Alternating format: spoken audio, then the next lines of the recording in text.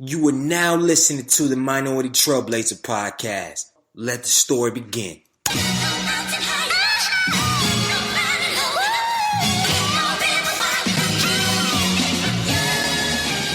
One time for the lovers, 2 times for the ladies, 3 times for the brothers, 4 times for the babies. Do you love her? Do you love her? Do you love her? Do you love her? Do you love her? Do you love her? Do you love her? Do you love her? Do you love her? Do you love her? Do you love her? Do you love her? Do you love her? Do you love her? 1 time for the lovers, 2 times for the ladies, 3 times for the brothers, 4 times for the babies. Do you love her? Do you love her? Do you love her? Do you love her? Do you love her? Do you love her? Do you love her? Do you love her? Do you love her? Do you love her? Do you love her? Do you love her? Do you love her? Do you love her? Do you love her? Do you love her? Brown skin, love her brown skin, love her brown. Brown skin, love her brown skin, love her brown. She my brown skin, love her brown skin, love her brown. She my brown skin, love her brown skin. Hold me down. Welcome to the Minority Trailblazer podcast, and I'm your host, Greg Ehill, the culture change agent. You already know on this show we interview young, successful minorities in a variety of fields to educate, empower, and inspire our current and future generation leaders. And you already know I got a show for you today. I am excited, pumped up. Like seriously, I'm on 10 right now, as you can hear it in my voice, because this episode, man, I believe is one of the best I've ever recorded. I want to get a couple housekeeping things done before I go ahead and get into the introduction. Side note, this introduction is long, but it deserves to be long. She is a bulky figure in this space, man, and I want to make sure I do her justice. But first and foremost, I want to say thank you so much for all your support. The downloads, the listens. And please keep that same energy once we go back on LinkedIn, on Facebook, on IG, doing the promotion. Keep that same energy. Let's spread this thing to the masses, because this is the season that we take things to the next level. And speaking of next level, over the next 8 months, I'm working on going on another tour. I'm working on the 10 places I want to hit for the Minority Trailblazer tour. Outside of that, I will be going to select high schools across the country. I'm not going to debut the title just yet. Matter of fact, I'm not going to give no details just yet, but just know we're going back on road. I got a new story to tell, man. Got a new story to tell, new energy, and I just can't wait to meet the folks, man. So we're going to be putting out the information soon, but this time I'll wait till it's confirmed and the venues are good, and we're going to put it out, man. So I'm excited to get back on road and meet all y'all. It's been almost a year. And it's time. It's definitely time. So get excited about that. Please keep me in prayers about that. You know, I'm always looking for different guests to be on the show with great stories. So you can also shoot me an email, greg@gregehill.com as well. And what other housekeeping things I got to say? Nothing at the time. Also, yeah, be on the lookout 2019 for a platform that we can all get together. I know it's been 3 years since we've been doing these shows, and we had thousands of downloads, have this large community, but we really don't have a place where the community can talk, network, and grow together. And luckily, the people that have attended the first tour, I see them networking and cross-mingling and growing together, and I love it. And I wanted to have this same energy, but in one place. And I'm working on a platform that will allow us to have weekly meetups, not physical, but weekly meetups, have content that I'll be producing, that I have other friends that be producing, like people that come on the show. They'll have behind the scenes content. And it's going to be a phenomenal place. So get excited, man. Get excited. 2019 is going to bring a brand new wave. So to recap, that's a tour coming up, high school tour and Minority Trailblazer tour.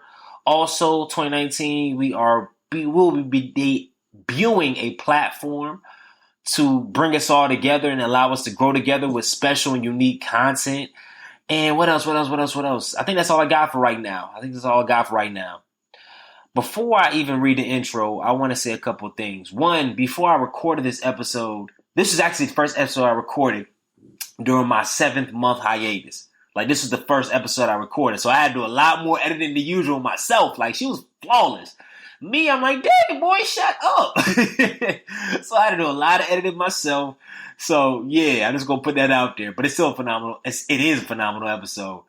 And her journey during that, she talked briefly about applying to a speaking agency, and she just got accepted to one of the biggest college speaking agencies in the country, in the U.S. period.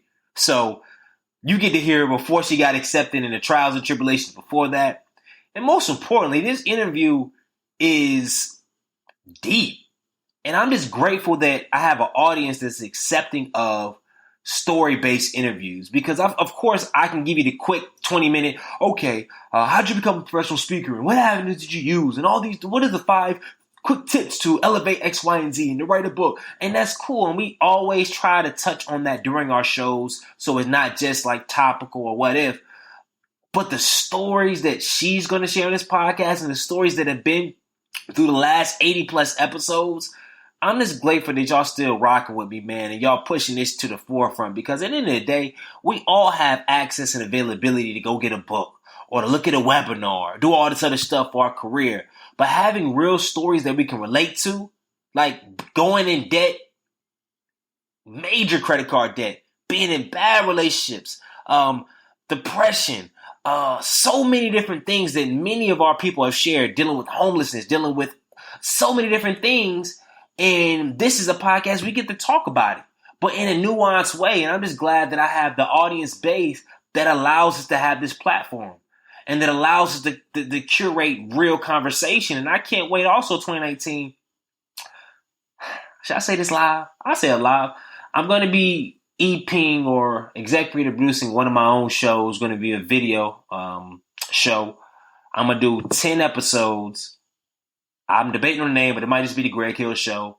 And it's going to be like the podcast, but live video, sit-down interviews, not celebrities, regular people, phenomenal stories that are doing great things. I'm going to keep the same energy and candor, but it's going to be kind of a mix between like Oprah and what's the show they got on Netflix right now? They got a show on Netflix. Interviewed George Clooney, Barack Obama, David Letterman. A mix between that, because I've always had aspirations of hosting my own show and delivering real, raw content that is not really big outside the podcasting space.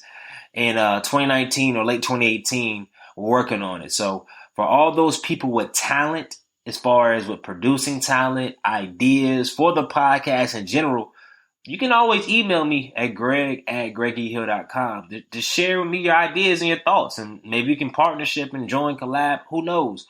Because I know I get people, A, loving the show, telling me how much they love it, how much it got them through, or B, people pitching to be on the show. But I'm like, yo, it's been 3 years. I didn't get too many ideas on how can we make things better? How can we evolve and some partnership stuff? So, like I said, I'm always open book.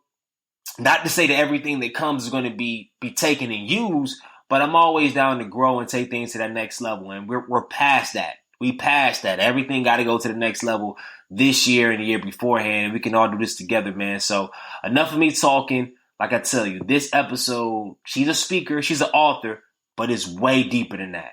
And I know many of you, my women out there, my men out there that's listening, I know y'all can relate, man. So keep your ears peeled to this. I love y'all. From the bottom of my heart, can't wait to see all y'all.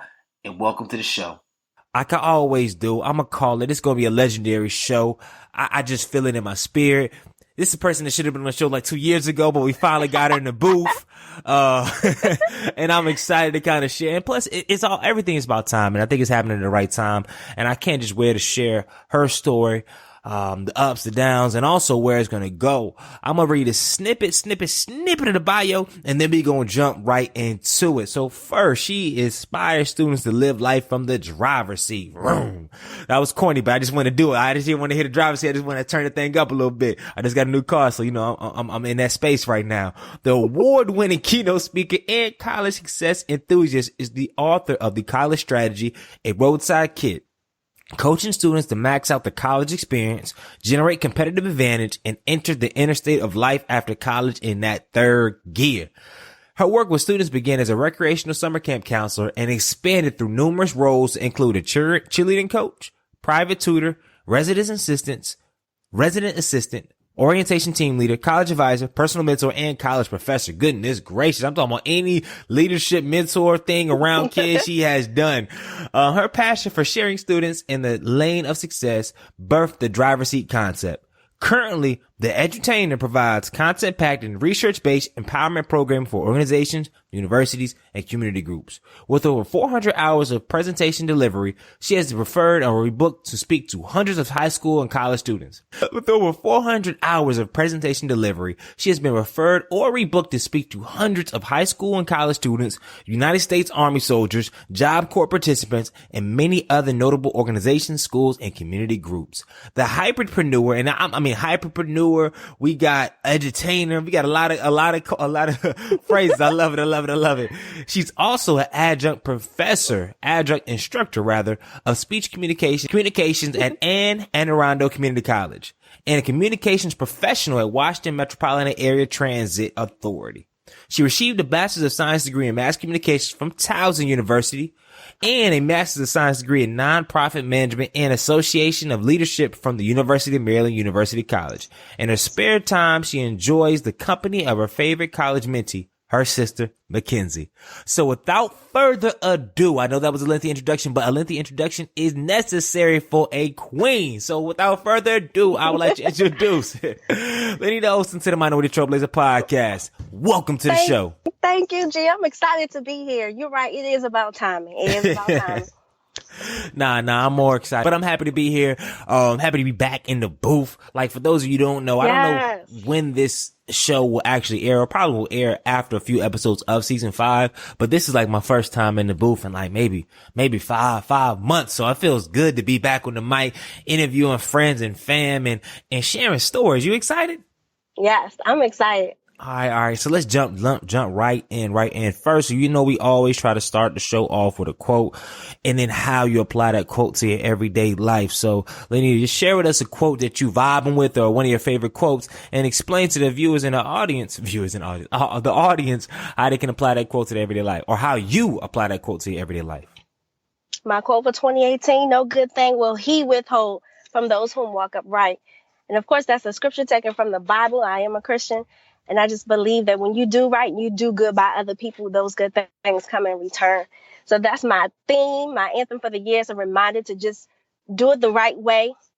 Take the high road, as former First Lady Michelle Obama suggested last year. And so that's my quote for the year. Got you. I'm going to go ahead and challenge you right now. So with that being said, like, can you share us a time where in your mindset, how to get through that, where you felt like you have done the right things and you worked through stuff, you took the high road, and it wasn't necessarily at the, like, right after that things were just rosy and it didn't turn out as you had planned?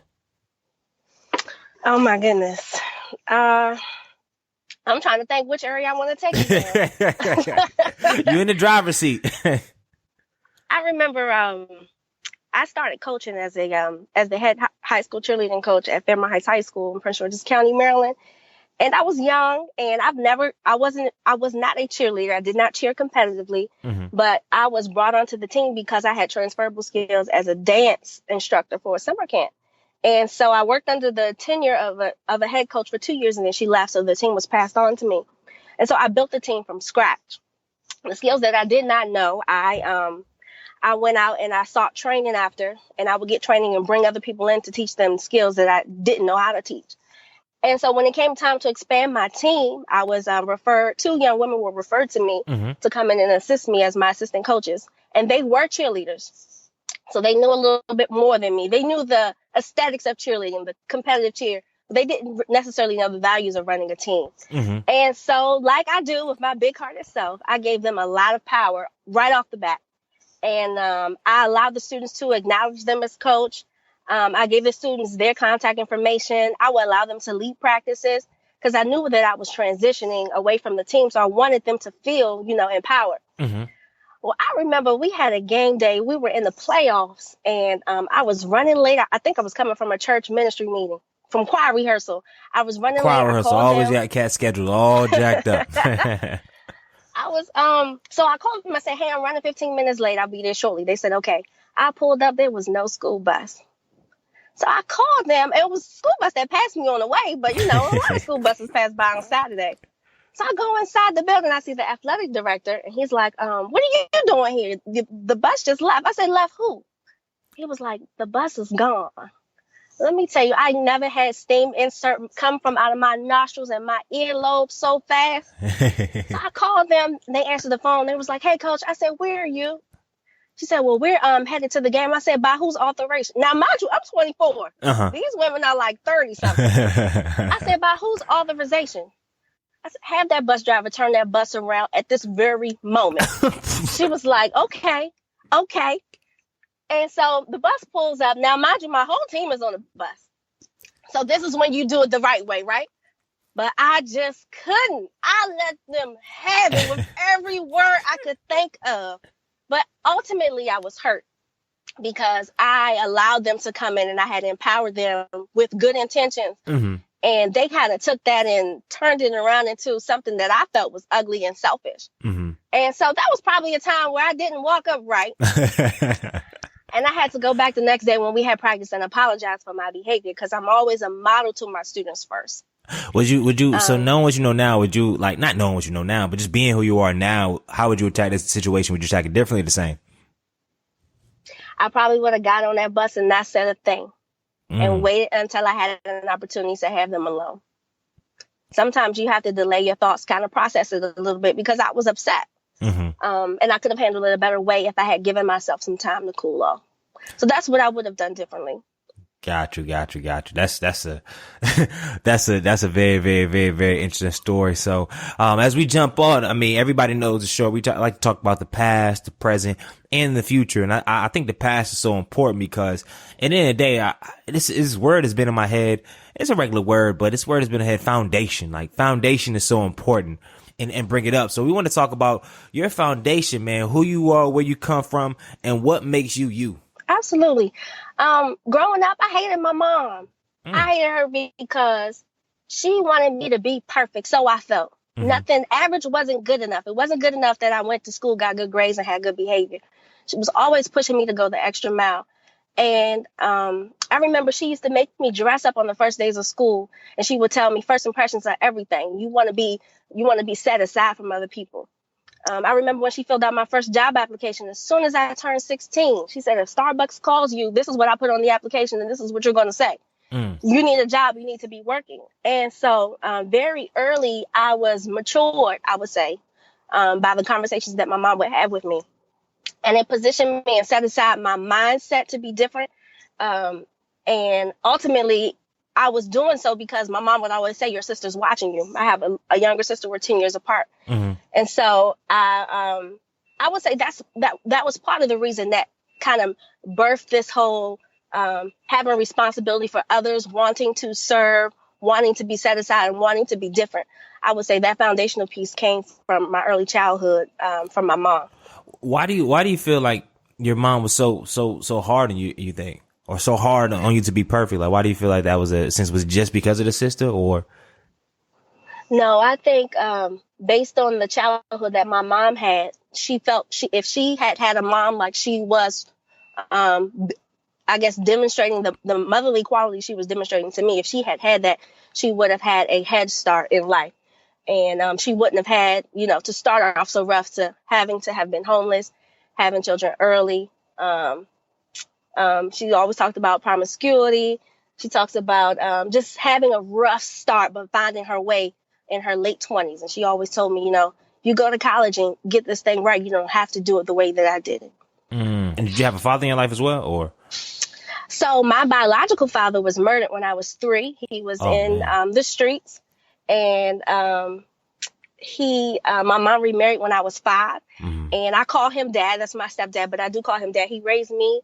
I was a true daddy's girl. You could not tell me that man did not birth me. Mm-hmm. He never told me. Now, I remember when I was in college, my dad lost his job, and I called him and asked him for a Bessie Johnson purse, and he brought it for me. Wow. He bought it for me. I didn't even know he wasn't working until my mom called me and told me, you need to send that bag back. You know your father lost his job. Uh-huh. And wow. So it was nothing that he wouldn't give me.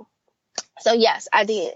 Got you. And how was like the middle school experience and going into high school? Like, were you always heavily involved? Were you just to your books? Like, what type of kid were you? Well, I was bullied in middle school. I would say I had issues with esteem. I didn't see myself as attractive. And it wasn't until I got to high school that I started to actually see myself as unique. And part of that probably was because I was amongst a few women in my class who were abstaining from sex. I was still a virgin until a few weeks before graduation. And that I took that as kind of like a pride stroke, actually. And so I would say I didn't get to the point where I felt confident in some sense of esteem and difference until I got to high school. And at that point, I was extremely involved. I started with my high school's newspaper. I was co-editor. Okay. And I ran my school's morning show as the morning producer. I wanted to be a journalist. That was my goal, to be on Channel 5 as a news anchor. And then, so when did things change from the goal of being on Channel 5 to college? It changed when I got into that seat on that college campus, and I was the only Black student in majority of my classes. And when it was time to speak up, raise my hand and participate in class discussions, I noticed that my speech was horrible. I can't even mimic what it was like then. People always say, well, let me see, how did you used to speak? I can't even put it into, it was bad. I wish I had tapings of it. It was that bad? I could not, it was bad. My pronunciation was horrible.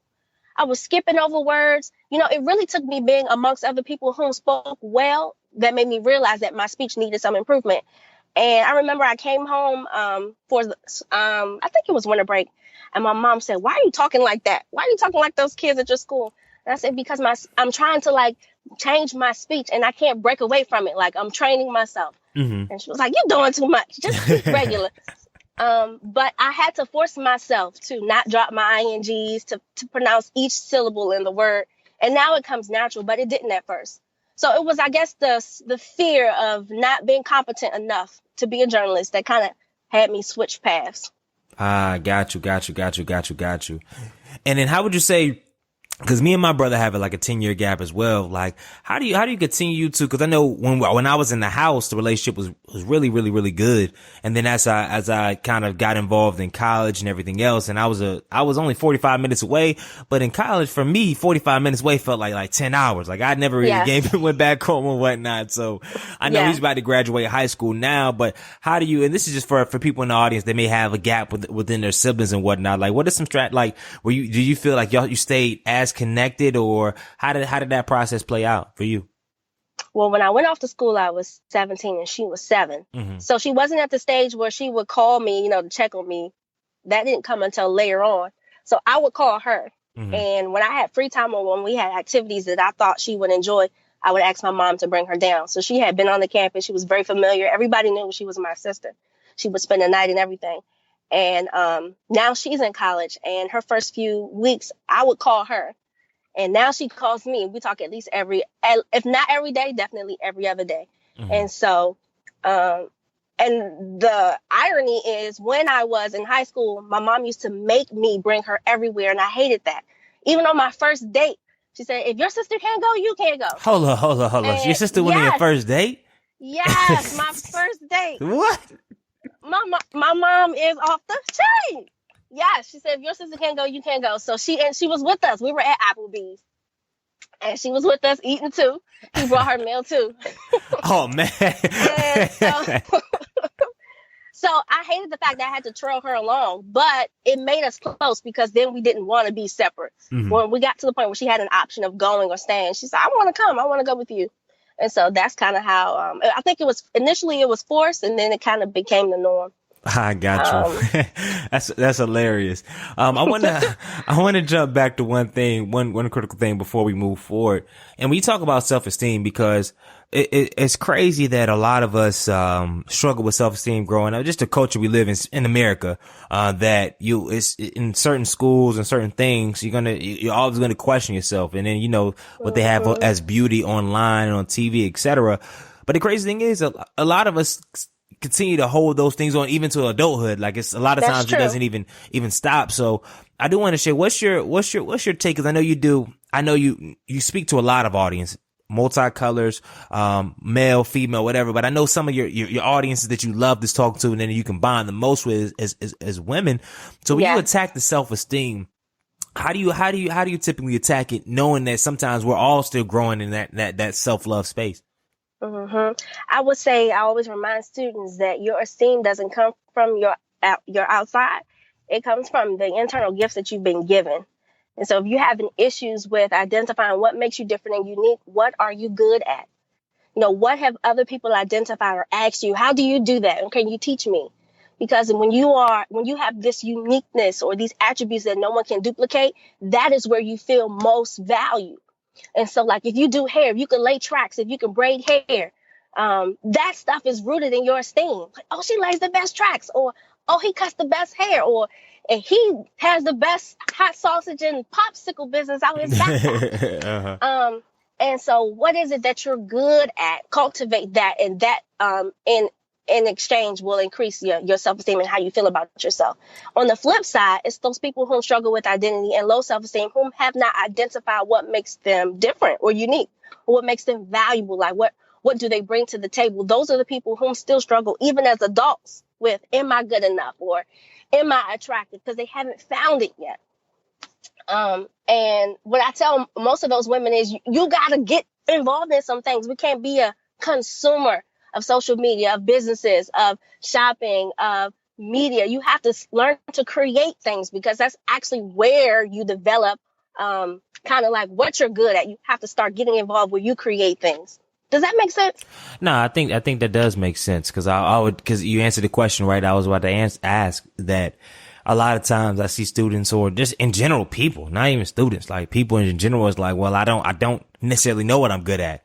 And then it's like, well, the only way you're going to find out outside of just a lot of deep self-evaluation and asking your peers is by getting actively involved in certain different things. Yes. And then finding you're good. And there's some other strategies, but I think that's one of the easiest strategies. Just try a lot of different things and then start seeing what's resonating, what's not. But another question I want to ask, because I think there's two things, and I just came about this over the last couple months, but I also think for and this is just for my business owners and entrepreneurs out there as well, about this self-esteem in businesses, I think too. Because I mean, you can have self-esteem personally, but sometimes self-esteem in business, like say if you have a setback, say if you have a change or whatnot, like knowing from what you know now, kind of what you experienced over the last couple of years, like how can you strengthen your self-esteem within this business space?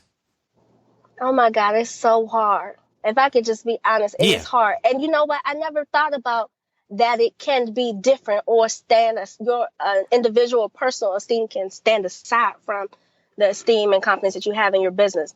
But you're absolutely right, because I encountered those thoughts this week as I'm undergoing a rebrand, sitting here trying to think of concepts and words. And I feel like I'm pulling out straws from a hat. And I'm like, but you're good at this. Like, and I started to question if I'm actually good enough to undergo this change and pull it off. So you're right about that. It is standalone and it is unique. But in those times, I just reminded of the times that I did. Every time I've been called back for referrals or rebookings, I was just referred for an event in Long Island. And I think about the lives and the impact that I've had on students. And that's my reminder that I am good enough. So I always tell people who may struggle in this area, look at the root of your work. Like, what is the fruit of your labor? The people that you've been connected to and the impact that you had. And that is enough steam. That should be enough steam to keep going. Got you, man. So we're going to dig a little deep into that later in the show. But now let's transition to, okay, you graduated from college, and let's get into that early 20s, that mid 20s space. Like you're still in the mid. I mean, I'm not gonna put you out there, but we're still in the 20 space. But let's talk about the early to mid 20 space, because I mean, I've been getting a lot of feedback from the viewers, and they love the podcast, they love the topics, but I realize a lot of their biggest struggles comes from a lot of the mental things they're facing and challenges they're facing in their early to mid 20s. So I definitely want to talk thoroughly about that show. But first, share with us, what's your first job out of college? My first job was at the University System of Maryland. Mm-hmm. And actually, when I graduated, I had 4 job offers. I was Okay. very intentional about applying. I was studying how to find a job, how to write a cover letter, how to write a resume, and how to interview. I studied that in a library for several weeks. And then I went out and I just started applying like crazy. And as a result of that, 4 job offers came.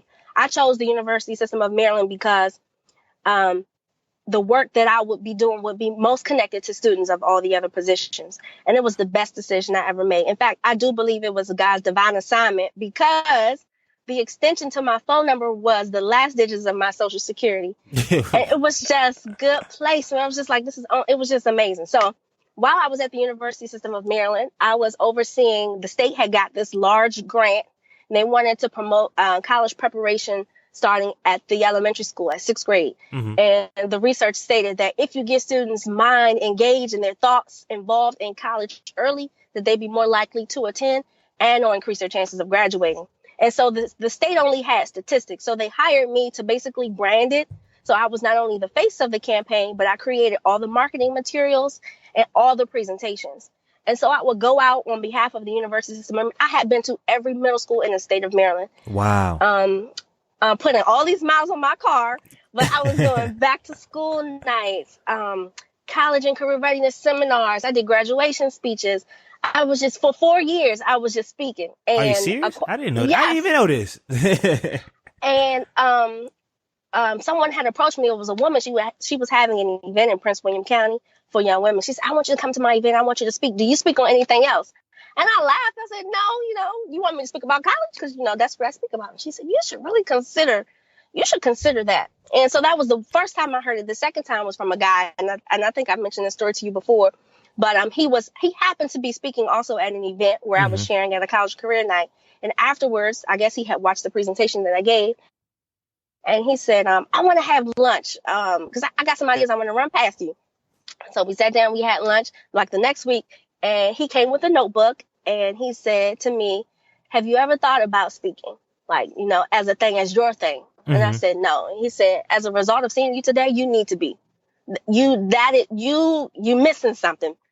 And so I said, okay. And he opened that notebook and he had an actual plan of how I could get started. Wow. And he had some conferences. Our first conference was this Prince William County Student Leadership Conference. And he just plugged me right in. He said, I got a photographer. I got a website guy. What you need? Money? You need money? And I laughed. And at the time, I didn't think I was 21 when I had that conversation with him. Mm-hmm. My first thought was that I was too young to have a message that people would buy into. Yeah. And my second thought was just, I was scared. Yeah. But he was so adamant. He made it really hard for me to not pursue it. He said, well, just come on this event. I'll plug you in. We can get you some pictures. We're going to get you some business cards. I remember I went to Staples, got my first business cards. They were horrible. Mm-hmm. And we went to that event and we killed it. And I loved how it felt. It felt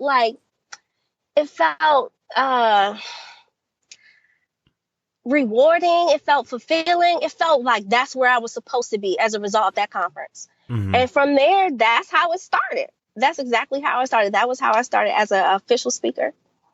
What that's crazy. And then I guess jumping from, over those 4 years, you were getting so many reps. What did you transition to after those 4 years? So after the 4 years, I transitioned to WMATA. Mm-hmm. And it was interesting because I was at the point in my business where I was walking a little differently. As a matter of fact, I wasn't walking at all. I had just come from out of a really bad breakup that caused me to move back home. My finances were jacked up. I didn't have any extra money to throw into my business. And for a moment, it was very idle. So I was just working for about almost 2 years. And I ran into one of my middle school mentors who actually helped me through my self-esteem issues in 8th grade. And he asked me, what have you been up to? Let's grab lunch. And I had lunch with him. And he said, I'm so proud of you. I want you to come and speak to my girls. And I burst out in tears. And I said, thank you for being proud of me, but I am going through turmoil right now. I am not in a stage to even empower anybody. And he said to me, would you be open to my coaching? And I said, absolutely. And he said, we're going to meet once a month. You bring your Bible. And he basically coached me through depression. Mm-hmm. I learned scriptures. He taught me how to self-reflect, to journal. I started budgeting. I picked up another side gig. I was working 3 jobs to pay off the amount of debt that I had built up as a result of that relationship. And I remember one day he asked me, he said, so are you gonna get back in the game? And he was referring to speaking. And I said, absolutely. And I remember I called the photographer that I use. His name is Jay. I moved $600 from my savings account to my checking account. And I said, hey, I want to get started with some new headshots and some videography. It was definitely a faith move because I needed that money. Yeah. I remember I showed up, my makeup was dry. I had just cut my hair off. I looked crazy. Those photos are so hideous. Not his work, but me as a person. I just look crazy. Make sure you cover that. He gonna listen to this podcast like, what? No, his work was great, but me, like how I looked, I just wasn't my best. But it was just my way of saying, just get back in and just try. And so that was in 2016, and I have not turned back since. Yeah. So question though. So a couple questions. One, I choose a transition from working like in a when you're facing students, you're doing that to a career where it's kind of not as student facing. Like, how did it kind of drift off into that space? Because I mean, I needed the money. Where I was working, it was fun. I was having a good time, but I wasn't making enough money to sustain all of the debt that I had created. And the opportunity came that basically doubled my salary and some. Well, I mean, not to get too personal, but like, you just got another car? Like, what changed? Like, yes, I financed a car. So I had 2 cars. Oh. I had 11 credit accounts. And we were living in a space that was really nice, but we couldn't afford it. It was basically, and this is why I am so opposed of portraying a life on social media that does not exist. Because if you had saw our photos then, you would not have thought what was happening you couldn't have even imagined that would have been the case. And so, it looked like Hollywood on the outside, but on the inside, I can't even describe it. It was no place I want to go back to. So yes, I had a lot more bills than money. And so I transitioned to a more lucrative role. And that's why I left the education. And look, here it is. I just went ahead and went back. So what was your first couple steps after you realized that, okay, this is not working. If I keep going down this road, this road is not going to end well. I was unhappy and consumed in things that I shouldn't have been. And I was looking at the amount of money that was coming in, and it was no way I should have been living the way that I was. When I say that, I mean minimally, based on the amount of money that I had. And I wanted to make a change. And so I decided to move back home, and that was tough. It was a big ego. Oh my God, it was a big ego stride. It was tough. I remember I moved back. I jumped all my stuff in my bedroom and I just burst into tears. And my sister came in. She said, "What's wrong?" I said, "I just can't believe I'm back home. I'm too old to be home." And she wrapped her arms around me and she was like, "It's okay.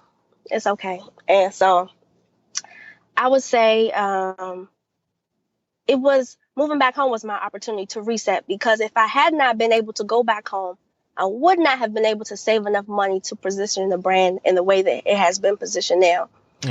I wouldn't have been able to invest in a branding manager, a business coach. I was in no position to do those things. So I kind of had to sacrifice my lifestyle to build the business.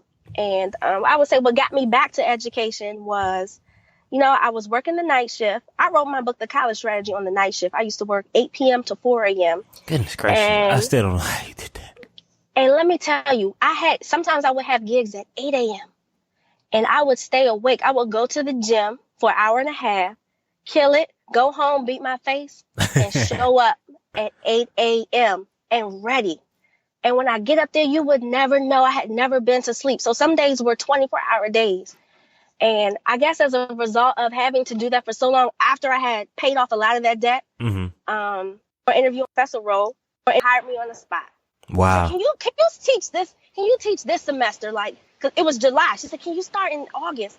And I had a contract already that I was working on for another side. I always got a side hustle. And I said, I can't start in August, but I can start in January.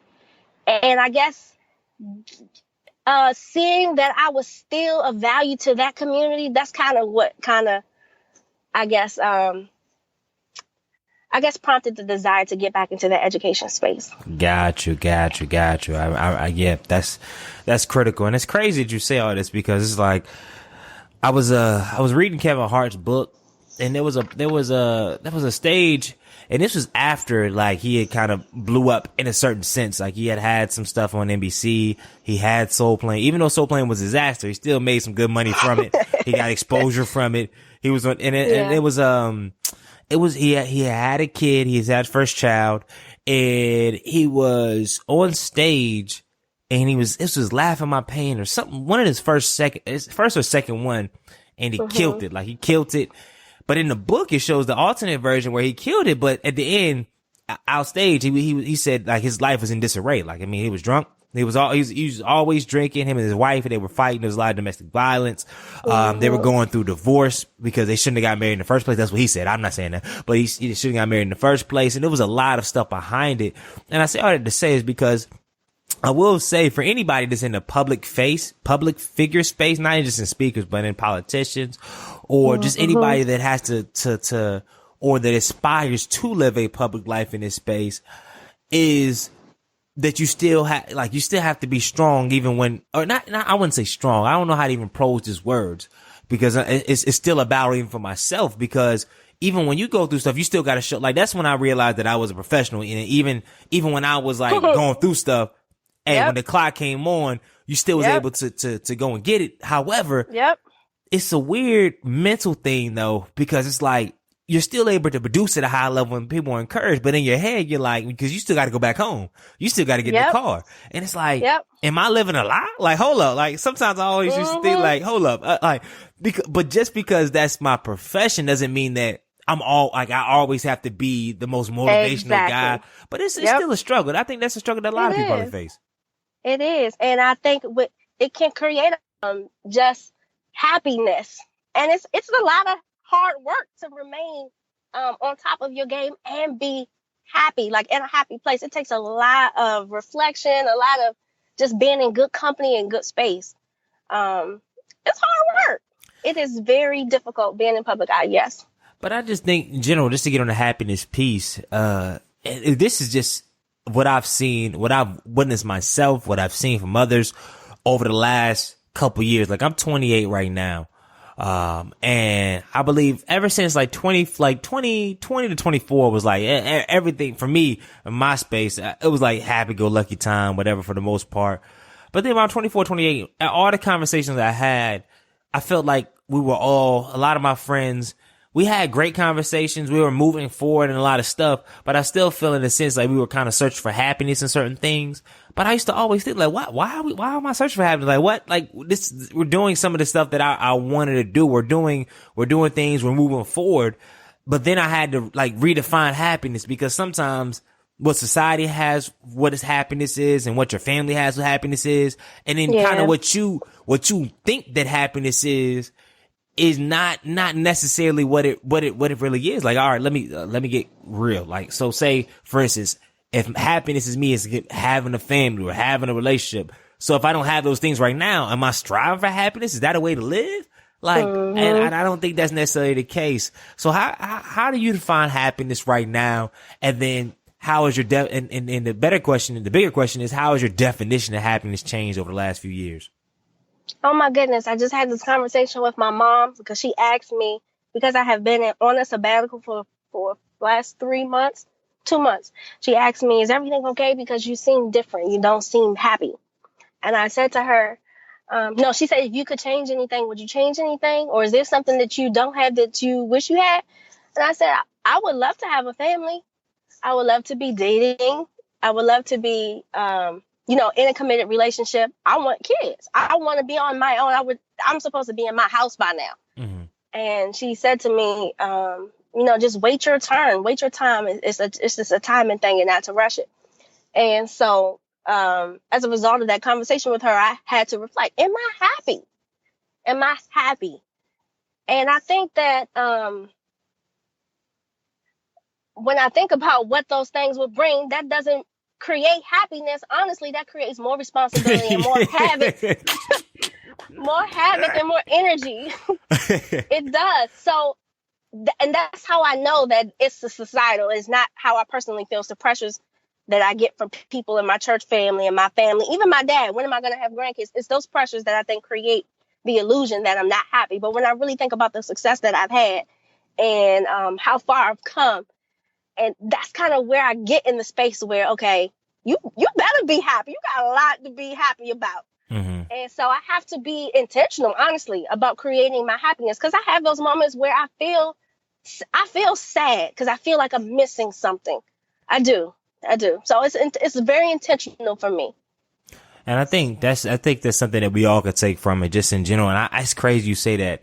I think I talked about this last time we talked, but even when, I was doing a workshop, but I told the kids, like, you have to be intentional about your happiness, because I feel like just when you wake up, a lot of us are intentional about, okay, at least going to work or doing something, and then intentional about eating. There's a lot of stuff we are intentional about doing, but happiness kind of never really comes into the equation. Not like our That's own, true. not us thinking, okay, what makes us happy? I'm talking about, because if we don't think about it, a lot of times we'll go through whole weeks and outside of like food and maybe like a TV show, like real stuff that you can like meditate on, that makes you feel full, and makes you feel like you're moving store stuff. If we even had to think about it, many of us couldn't even probably write down on a list what genuinely makes us happy. Yep. And it's such especially in your 20s, it's such a critical place to be in, because if not, you can be looking down on a lot of the blessings that are right in front of you. Like you said, like there's so much stuff, even myself, like by the time this done airs, it'll probably be like 5 months. And there was a moment that there was some stuff that was going on that I had to just work through. It was tough mentally stuff. But outside that was like a month and a half. But even that I wasn't looking at the big picture. I was looking at I was looking too much at the big picture, not at like what was in front of me. Like I said, it's crazy that some people may think, but outside of like one gig last year, this year was the first time that I've spoken multiple times to colleges. Like this is been getting paid to do it. Like I've been speaking to college, but getting paid like regular professional rate. And then they have multi-gig contracts, and the win of like proposal with the state with one of my boys. There's a lot of stuff that really happened and transpired, but I wasn't thinking about that. I was thinking about, oh man, so next year I'm going to have to pay for this healthcare. And I'm thinking about the most stuff that I ain't never thought about in my life. And that's altering my whole mood. But then I'll be real. I look at the news and I see, and this is a crush, but it's real though. Like people that are dying too soon.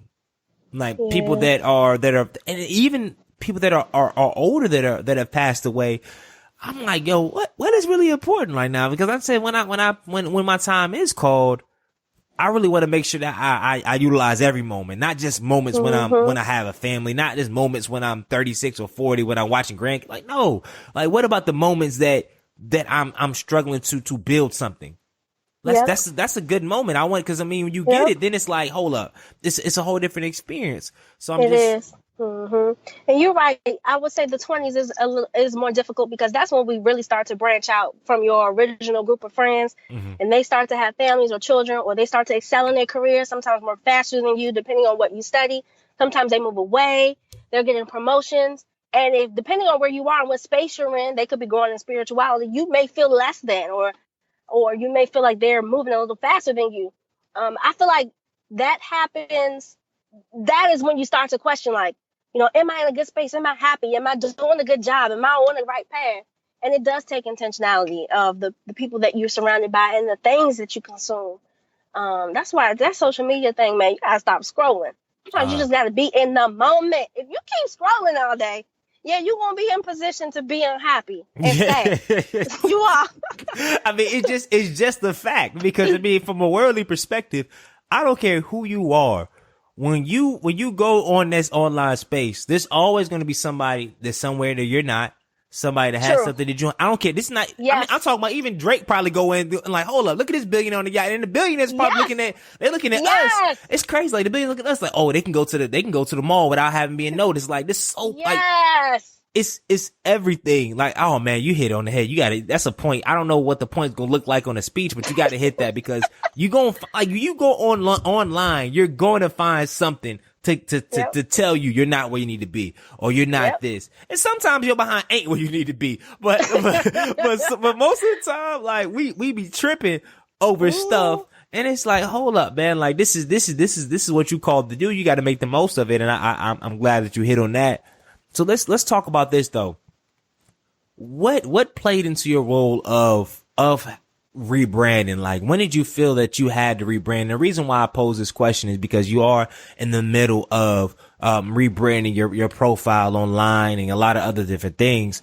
But for our audience and our listeners out there, and whether it's changing career, because I know a lot of people that are in a weird space where they're 4 or 5 years into their career doing something they don't want to do, so they want to change and get into another career, so they're trying to rebrand their career. Some people are trying to rebrand the way they approach relationships. Like, shoot, I'm 28, I'm like, yo, I'm approaching relationships the wrong way. I need to rebrand that. Some people trying to rebrand their whole the fitness piece. Like, there's a lot of people trying to rebrand certain aspects of their life. So kind of walk us through, not just from a business perspective, but from just a holistic perspective, when you talk about rebranding, because as you've seen, you've made tremendous strides since 2015, 2016. Okay, getting the finances back right, getting stability back right, hitting stages, killing it. But then you still wanted to rebrand. So walk us through that whole process and your mindset of why, how, and then doing it.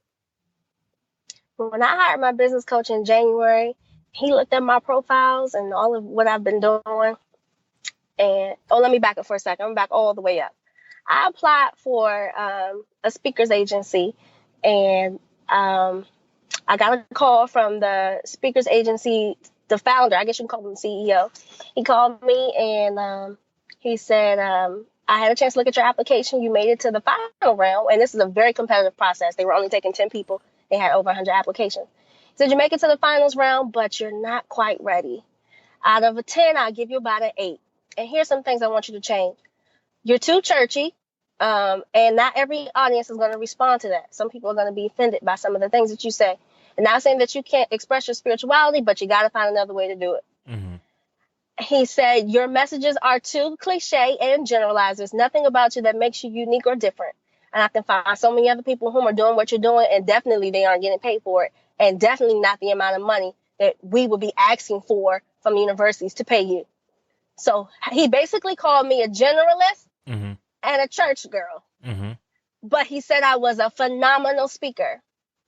Now, that conversation did two things for me. One, I was offended because I said to myself, why in the world should I have to suppress my spirituality just to get, I guess, be favorable amongst other people? That was the first question that I had.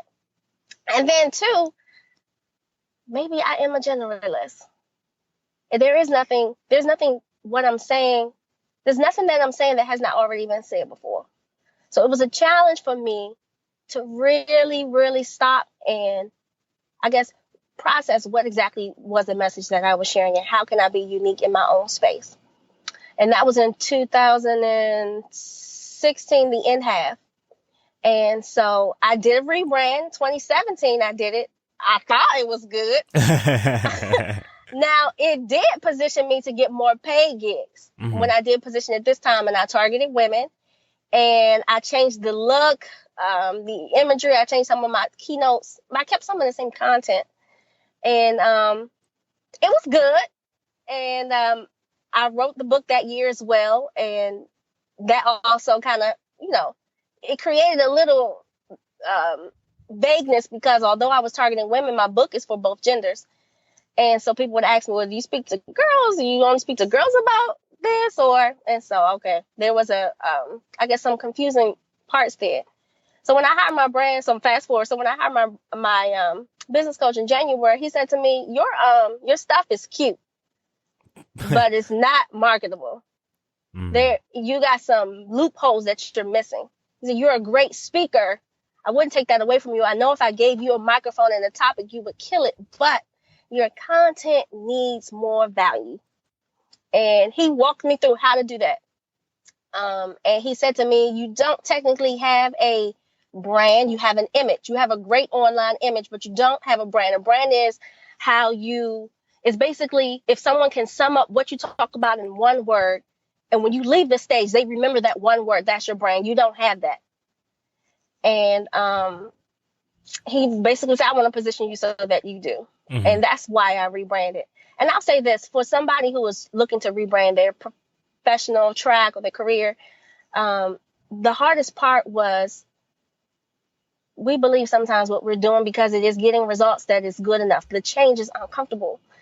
And when I had to sit down and rethink through some of my keynotes and look through this research, I'm like, again, I started to have those questions and those doubts because I was in an uncomfortable space. And, but I just know I've been designed for this work. I know for a fact. I would put money. I would take all the money out of my savings account that I say, put it on the table because I know God has designed me for this. And one thing that I will not leave on the table is not being signed by an agency. Even if I sign with them and don't use them, it's just the fact that I'm good enough to be on your damn lineup. So I'm like, by any means necessary, I'm gonna prove it so that I am chosen, and I get to choose if I'm a signer or not. That's kind of like the mental space that I am. So maybe it's a mental war for me. Nah, but I mean, you hit on a couple great things right there. And I always kind of go back to it. And I have to tell myself this sometimes is that, say NBA players like LeBron, like any NBA player, any top elite athlete, every summer, majority of the elite athletes, not just like the average one, but majority of elite athletes during the summer, in order to get better, they hire trainers. And these are some of the best athletes in the world, but they hire trainers to get better, to critique certain parts of the game, to see what the strengths of the game and then build off their strengths in order to become a more complete player. And that's even like, let's say, the best player in the world, LeBron James, the best player. And even though I'm a KD fan, I would say KD is a better player, but that's neither here nor there. Even Michael Jordan, like all these guys, they have trainers that they don't just kill their games, but they make their games more complete. So I definitely think in any space you're in, and even if you can't afford to get necessarily a business coach, like you can ask and put yourself out there, and you can find coaching, like you can find people. That's not a hard part. Like finding people that are trying to give experience. Like if you say that, if you are complaining about not finding people, that means you're not trying hard enough. You're not searching hard enough. Like there's a lot of people, thousands of people in different industries, whatever, that can give advice as long as you're willing and you're putting the grind to go seek it. But I having that coachability. But what allows you, how have you grown in accepting feedback? Because I think a lot of us, not even just in the entrepreneur space, but just in life space, accepting feedback is a hard thing to do. And I know you probably now are way better at accepting feedback maybe in the past, but how did you, when the first guy said, okay, you need to do X, X, and X, and then now you have a coach that's saying, okay, we like this, you need to do X, X, and X. Like what's your mindset on accepting feedback and then making those changes? So there were some things that they mentioned that I didn't feel needed to be changed. So I would say I take some. I don't consume all. So I think some people, when they're looking for, feedback or criticism from other people, they consume all of it. And I would say take the areas that you need. Take the area, because there were some things they touched on, and I said, you know what, I'm gonna leave that one right where it is. Because I just feel in my spirit that that's how it's supposed to be. But yeah, feedback is hard, especially true, genuine. Not that I'm proud of you. You're doing great. Keep it up. You killing it. No, I'm talking about the difficult stuff, the stuff that actually hurts your feelings. I just learned to be appreciative because it's really hard to find authentic people who will actually take the time to really evaluate where you are and give you enough, and are qualified, I guess, direction. Yes, and give you enough direction to do so. And so I try to, see it from that perspective. I'm just grateful for one, and then two, I respect the talent that you have enough to pour into me in that way. Nah, that's huge. That's huge. That's huge. And when can we expect to kind of see the rollout of everything? July 1st. I'm rolling it all out July 1st. I'm excited. Let me tell you, this rebranding stuff is expensive, man. Oh my God. But Cause what all you rebranding? Like for in your instance, in your essence, everything. My target audience, what my brand looks like, the images, the colors, the logo, the website, all of my marketing materials, postcards, business cards, my pamphlets, eventually the cover of my book, my tabling materials when I go out and vend, everything, my standing banner, everything. Wow. Everything. Yes, everything. And I'll tell you how, because one thing I think I've been really fortunate was I really maximized my time. And I know people say, well, if you spend more time in side hustles than your full-time job, you really don't have time for your business. And to some degree, the timing does take away from my time, but it has allowed me to be in a position where I can do these things. And so I use my side hustle money solely for my brand. So, for example, I teach at a homeschool once a week. It's $100 a day. They pay you in $700 increments. Well, I sent that money directly to my graphic designer for my invoice, for my deposit. Same thing with my websites. When I teach, I'm teaching an online course. All of that money just goes to the business. And so I always say, be grateful for the opportunities that you have and maximize them. It's a sacrifice, yes, but you got to look at the overall picture.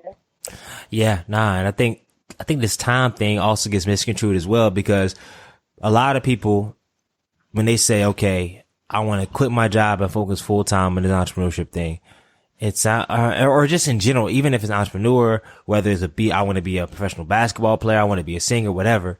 It sounds good until you actually do it. And you're not disciplined or have the knowledge on how to effectively utilize that time in that space.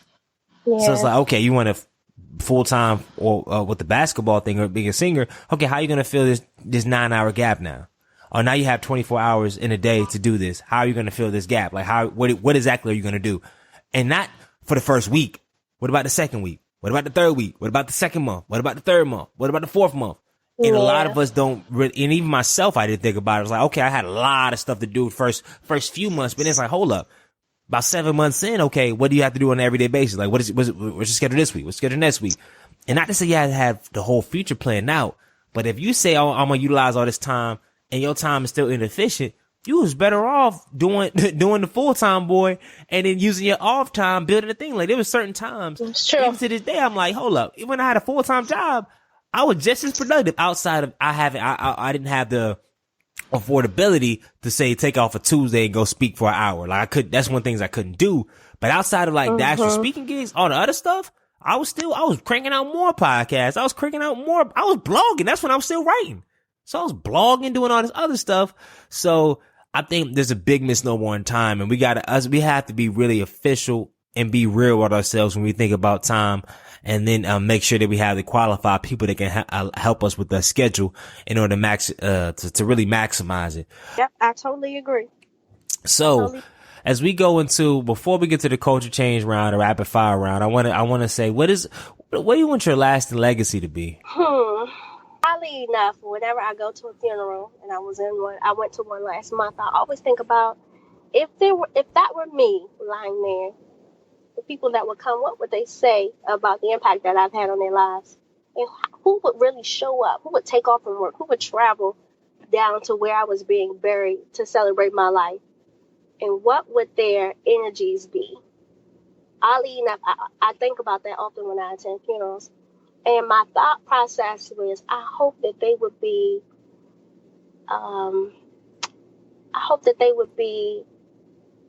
so just touched by the time that I've invested in the money and the energy, the wisdom that I've shared, however I've helped them in any kind of way, in any capacity, that they would show up and just be grateful that God designed somebody to share themselves with them. So I would say, ultimately, I would like my legacy to be that people would be just grateful that God designed helpmates, and I happen to be one of them that impacted their lives. Ultimately, I want that to be my legacy. I do. I love that.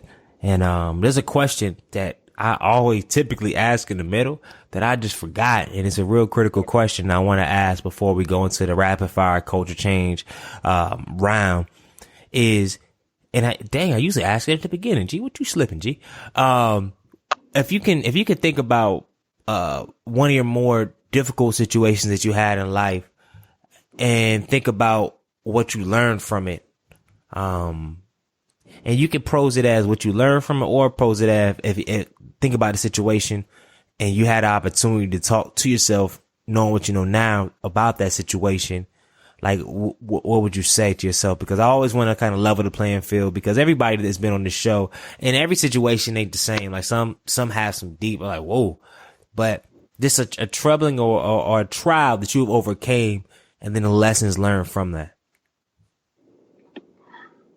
Since I shared the issue, the event that happened with the breakup and how that affected me as a person, I'm gonna share this one that happened on my college campus. Mm-hmm. I was a resident assistant. I was in my first year. I was working with a team of 12 RAs, and most of them were senior RAs. And I was in my first year. I had about 90 residents, and I was a darn good RA. And I could tell so by the relationships that I had created with them. And when it came time for my evaluation, my supervisor set me down, and I was on the borderline because I had made myself a black sheep. I was very opinionated and expressive in staff meetings. I would come off aggressive and share my opinion. And when I didn't agree, I made it very clear, especially if I felt like your leadership was not leadership worthy, like, not, it just was difficult for me to follow. And I would shy away from sharing that. And he sat me down and he said, you're a great RA, but unfortunately we won't be hiring you to come back. And I asked him why, and he said, you're not a team player. And I hurt at the moment because that was about $9,000 off my tuition that I and my mom were very excited to have. Mm-hmm. And she said to me, if you really want that job, you fight for it. If you feel like you deserve that job, why don't you go to his supervisor and explain to them the situation? I said, well, I was wrong because I did exhibit behavior that was not professional in hindsight, and I could have handled things differently. And she said, you say that. You have a meeting and you say that. You admit to your wrongs and see if there's a possibility that a decision could be turned around. So I scheduled a meeting with his supervisor. First, I scheduled one with him, and I explained to him, we sat down, we had the evaluation, I hear your feedback, but I stated my story, and he heard me, and he said, well, my decision remains. So I went to his supervisor. Her name was Lisa. I sat down with her, and I'm sure he told her I was coming, and she listened to me, and she said the decision remains. I went to her supervisor. I went to Lisa's supervisor. It was a guy, I can't remember his name. He sat me down, he heard me, and he said the decision remains the same. And I walked out of there, and I was in tears. I was embarrassed, one, because I knew I was a better person. I knew I deserved the opportunity to continue, and I knew I was good at what I did.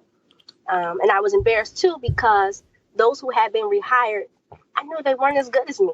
Mm-hmm. They weren't good at relationship building. They weren't good at programming, but they were good at team building.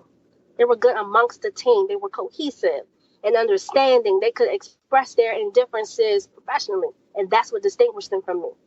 And what that taught me was, one, everybody doesn't have to hear your opinion. And if you have something to say, there's a way to express your indifference. And that was a big lesson for me. And when I joined the Alumni Association board, I was afforded the opportunity to do the commencement speech at Towson. And I ran into Lisa. She was Greg's boss. Greg was my supervisor. Mm-hmm. And I said to her, the experience that I had at Towson was probably the most impactful life lesson that I've learned. And thank you for that. Thank you for not giving me that job. It taught me something. And I would say that was probably, I'm glad I had that lesson early, because if I had continued the behavior that I had, the angry black woman syndrome, opinionated, and if I had continued that, there were a lot of doors that probably would not have opened for me. And I think that came with maturity, spiritual maturity, and then just personal maturity as well. Nah, that's, well, first of all, I appreciate you for sharing that, and for everything you've shared thus far in this interview. I mean, it's been, it's refreshing and it's real. And I know it's just difficult, specifically when you could continue to try and you know that your performance is not the issue.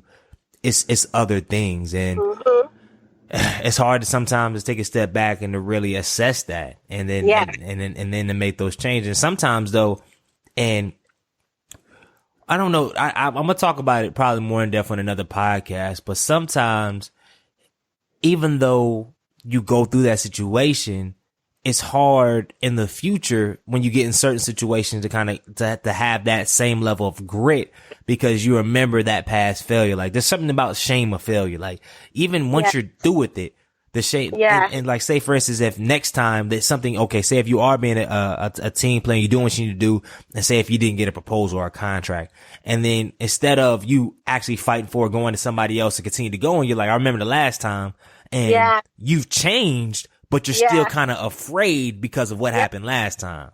Yep. It's true. Those, and you mentioned this earlier, some of the experiences that we encounter in our early 20s as a child, they don't go away. They're either, they're built upon, they don't go away. They exist. And that is in the back of my mind when I'm forming teams and leading teams. It was on the back of my mind when I was coaching. That's probably why I was so open to having them. Let me try it a different way. Let me be open and, accepting. So, yeah. It's just so difficult. And I guess we just have to continue to learn. And we'll learn this. Like if we're talking 10 years, our thoughts may be strategically different. But it's just like, you just learn to kind of, you got to grow with it because you said they don't go away. Those scars are still scars. Yes, they are. And I think sometimes like you did, we overcompensate for that scars too. It's like, okay, like even myself, like I know I'm one of the most riskiest guys. If anybody's read my book, I take so many risks. I've taken so many risks. And then I took a risk with this conference where I was putting it together and I had to postpone it, but I threw thousands of dollars in it and then think about the deposits. If you don't have it in the same day, and the day you have to, that's just all money gone. And even though we moved past that situation, I think I talked to you about last week, there's still some scars with that. It's like, dang, like you've been risking stuff your whole life. And like, dang, you, anytime you're, it's like the small, like the risks that majority of risks work out, but then like the big risks, I always end up coming slightly short. So then it's like, well, dang, am I going to make that big risk again? And then, so now I'm still bidding on, okay, we made that risk. We do have that scar. Now, how can we continue to move forward with it, still with that scar? Because it does play in consideration on how you move going forward. So that's something I know I got to grow in, but, that's just life, right? Yeah, it is. That's your battle mark. You better be proud of that. You're going to be marked up, but when you get to that finish line, the marks are going to move just as much as they did when you encountered them. That's your battle. It sounds good. We'll see. Yeah, I love it though. I love it. So, all right, we got this, our last session, and we got 5, rapid fire questions. And you can answer 5 rapid fire questions, and hopefully we get 5 rapid fire answers. You ready? Okay. What is the best piece of advice that you have never received? I recently got it too. This guy told me, who has a trucking business. He said, don't build your business on your personal credit, but you need personal credit to establish business credit. So go in and take out a business credit line with a small company like Staples or Target. Build your business credit so that you don't have to rely on your personal credit when you need a business loan. I got that about 4 weeks ago. You just dropped some jewels on myself and some others out there. So yeah. I love that. Add one habit and take away one habit. What would they be? I wish I could add the habit of waking up at 6 a.m. naturally, forcing myself to do work. And the habit that I would take away,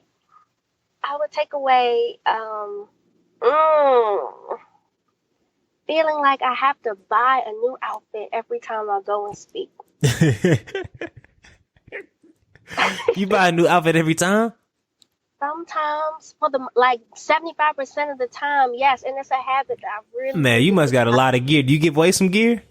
Oh, absolutely. I give it away to college students, to young professionals. Cause Yes. you be crazy fly. I don't understand. That's a lot of gear. That's a lot of fly gear.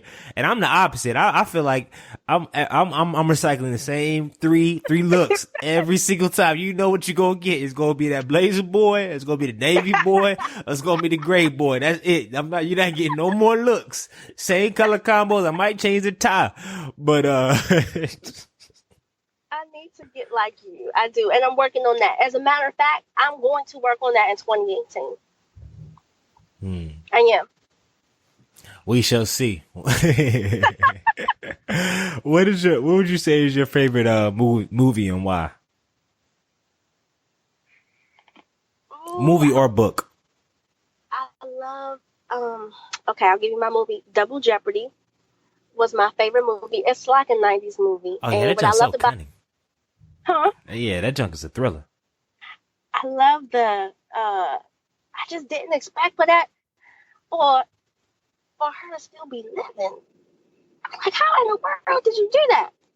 I guess I was impressed with just the suspense of the movie, that I remembered it for all these years. So that's my favorite movie. My favorite book is The Compound Effect by Darren Hardy. And it was gifted to me right at that stage when I was coming out of depression. And it basically talks about how small habits can compound into big outcomes. And yeah, that's my book. I always refer it when people ask me for a good read. Love it, love it, love it, love it, love it. What is your biggest fear? My biggest fear is letting go of what I've built thus far. Because when I let it go in 2014, because I was consumed with basically life, I never thought it would amount to this. I never thought I would be on stages of universities. I never thought universities would be calling me. I never thought I'd have a book.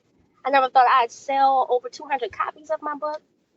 I never thought I'd have a book launch the way that I did. It was amazing. It was perfect. It's probably the best word to describe it. So my biggest fear is just getting into that same space I was in 2014 where I just let it go.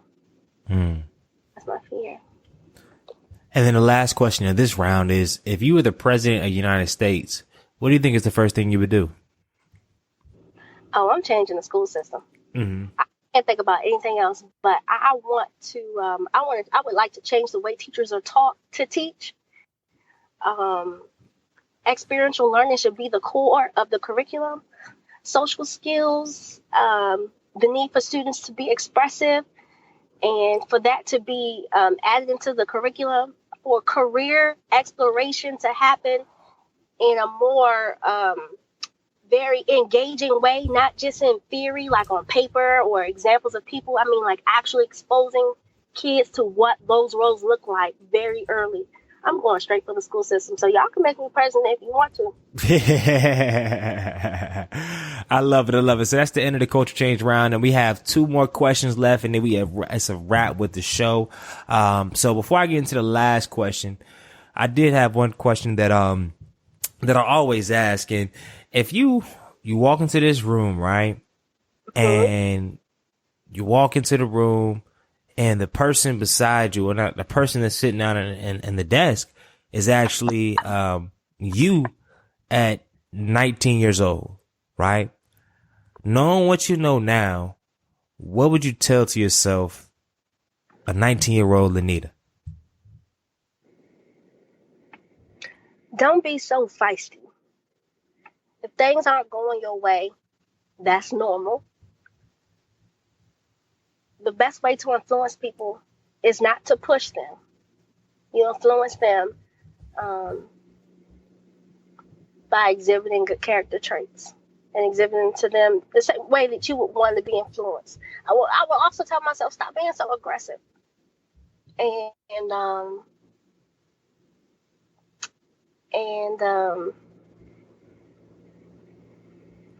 I probably would say it's okay to have some scars. It's okay to have some scars. Yeah, that would really be actually a very deep conversation if I walked in on my 19-year-old self at a desk. Yeah. I think, dang, I added something in the workshop the other week that went it went way left. It got, first of all, it was probably way too deep that I was even qualified to be in the room. It was just a lot, but it was good for the students. I think I want to add I want to add this into another one of my workshops, but I want to add some other layered question to kind of get some stuff out of it. But that's interesting. And I think a lot of people would, if we reflect more on stuff like that, would be able to kind of just, be able to kind of see kind of where we were and kind of be like, cool, but also too see kind of where we want to make changes as well. But, my last question, the final question, everybody that comes on this podcast, I call a culture change agent. And this last question presides directly over that. If you could change one thing about society, most specifically the African American culture, what would it be and why? I would change the examples that are portrayed in the images. That women are only sexy when they have a fat butt and a large chest and big lips. And that they're only sexy when they have a certain complexion that are free of blemishes and free of stretch marks and eczema. And the perception that, and this false reality that in order for a man to be attractive, he has to be thuggish and just comfortable in the streets. Very masculine, where he can't wear pink and can't show his emotions to his family and loved ones publicly. I would start there. I really would, because it really bothers me when I see college students and I visit these college campuses, especially HBCUs, and students are beat down. I mean, you would have thought they were going to a photo shoot. And there's this like I have to be, or I have to look like the images that I see in order for me to be accepted. I would start there. Nah, that's real. That's real. And I appreciate your sentiments on that. And it's sad, but it's also encouraging in a sense where we have, the sad part is that society has such a major control over a lot of what we see as far as beauty and whatnot, and the scars it has on all of us, even as you date, as you see, okay, who can be a potential helpmate, whether it's just so much noise in that space. And sometimes sometimes hard to even feel like who you really like or what do you really like, because it's like in your mind, it's like, shoot, I was with Jay-Z when we talking about, I'm winning now. We got light skin chicks. So I'm on light skin chicks and then some people like this. And I'm like, so why do you like light skin chicks? Well, I don't know, G. It's like, hold up, what?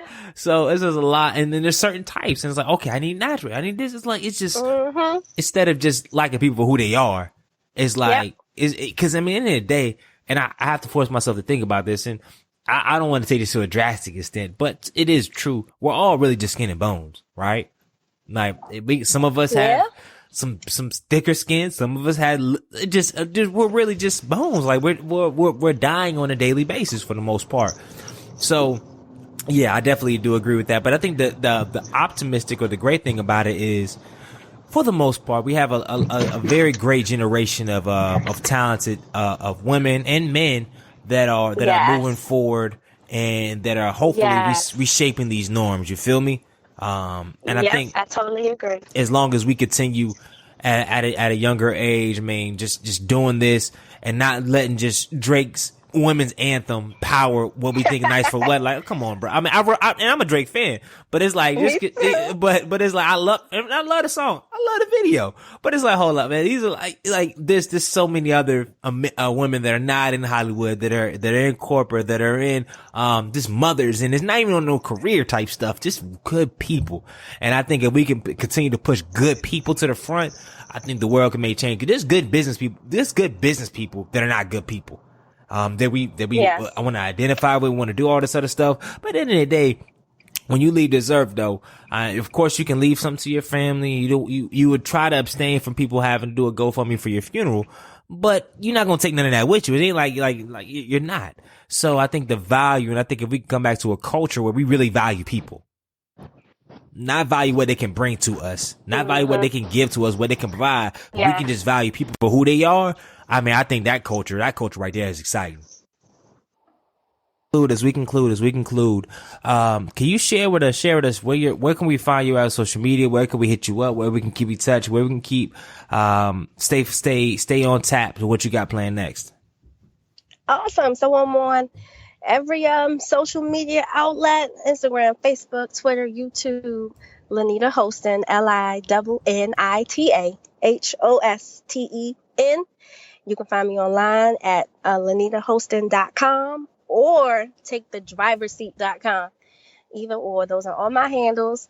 You can email me at info@LinitaHosten.com or info@takethedriverseat.com. And I'm very responsive.